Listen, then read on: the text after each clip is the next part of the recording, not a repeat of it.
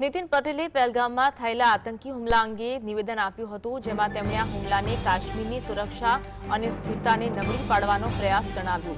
આ હુમલો એવા સમયે થયો જ્યારે અમરનાથ યાત્રાની તૈયારીઓ ચાલી રહી છે, જેનો એક માર્ગ પહેલગામમાંથી પસાર થાય છે। તેમણે ભારપૂર્વક જણાવ્યું કે સરકારે યાત્રિકોને સુરક્ષિત દર્શનની ખાતરી આપવા કડક સુરક્ષા વ્યવસ્થા કરવી જોઈએ। વધુમાં નીતિન પટેલે ભારપૂર્વક જણાવ્યું કે આ હુમલો કાશ્મીરની શાંતિ અને પ્રગતિને ન જોવા દેવાનો પ્રયાસ છે અને ભારત સરકાર આવા કૃત્યોનો કડક જવાબ આપશે। આવા હુમલાની નોંધ વિશ્વના શક્તિશાળી નેતાઓ દ્વારા લેવામાં આવશે, જે પાકિસ્તાની આતંકવાદને પ્રોત્સાહન આપતી નીતિઓ પર પ્રશ્નો ઉભા કરે છે।